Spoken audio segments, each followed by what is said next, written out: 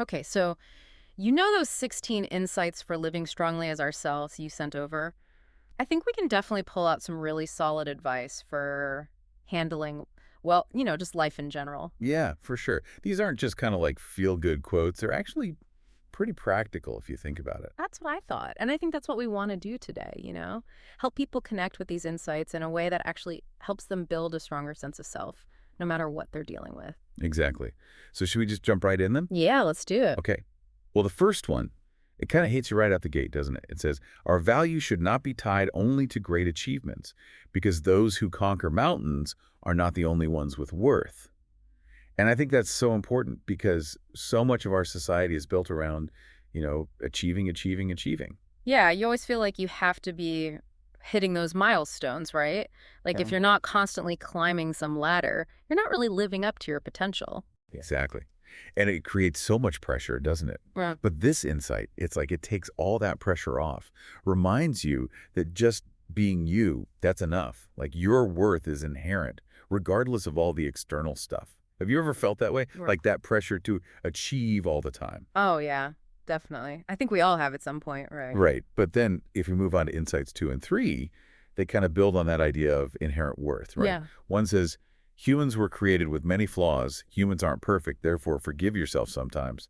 And the other one says, when someone criticizes that we do something poorly, it doesn't mean we are worthless.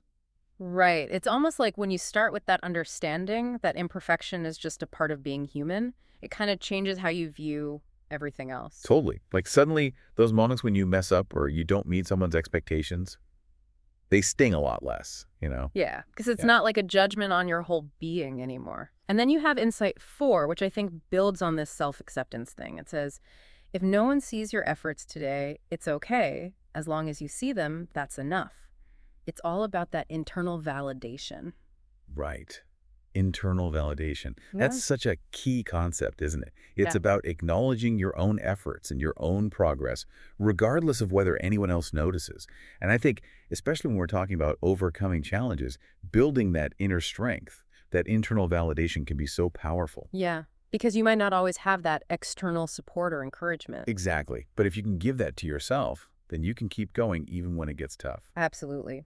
And then, we move on to insight 5, which says we should be good people for ourselves, not for others. Uh-huh. And that one's always really resonated with me. Oh, yeah, me too. I think so many of us are kind of conditioned to please others, right? To put their needs first. But this insight kind of flips that script, doesn't it? It's saying, hey, you got to be good to yourself first and foremost. Yeah. And honestly, I think when you genuinely are good to yourself, it makes you better able to be good to others. Exactly. You're not coming from a place of depletion. Right. Totally. And then we have Inside 6, which kind of reminds me of what we were just talking about. It says, don't focus only on what you've lost until you forget to notice what you've gained.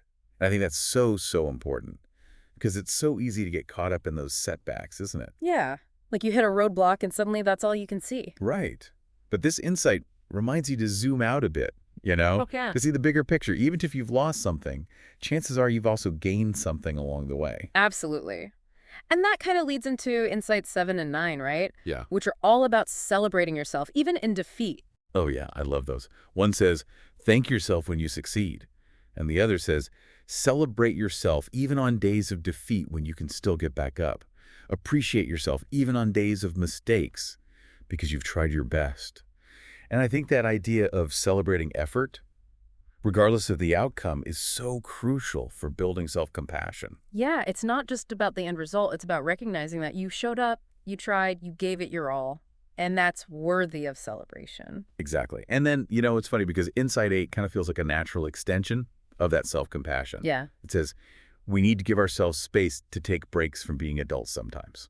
Oh, yeah. That one's important, especially in today's world, right? Right. It's so easy to get caught up in the hustle and bustle of it all and forget to take care of ourselves. But taking breaks, giving yourself that space to just be, it's not selfish, it's essential. It's like recharging your batteries, right? Right. And then there's insight 12, which I think is really about taking control of your mental space. It says, we all face criticism, but we can choose whether those words are useful or not. If not, simply let them go and pay no attention. That's so powerful, isn't it? Yeah, I think it's a reminder that you don't have to let every little bit of negativity affect you. Right. You have the power to filter what you let in.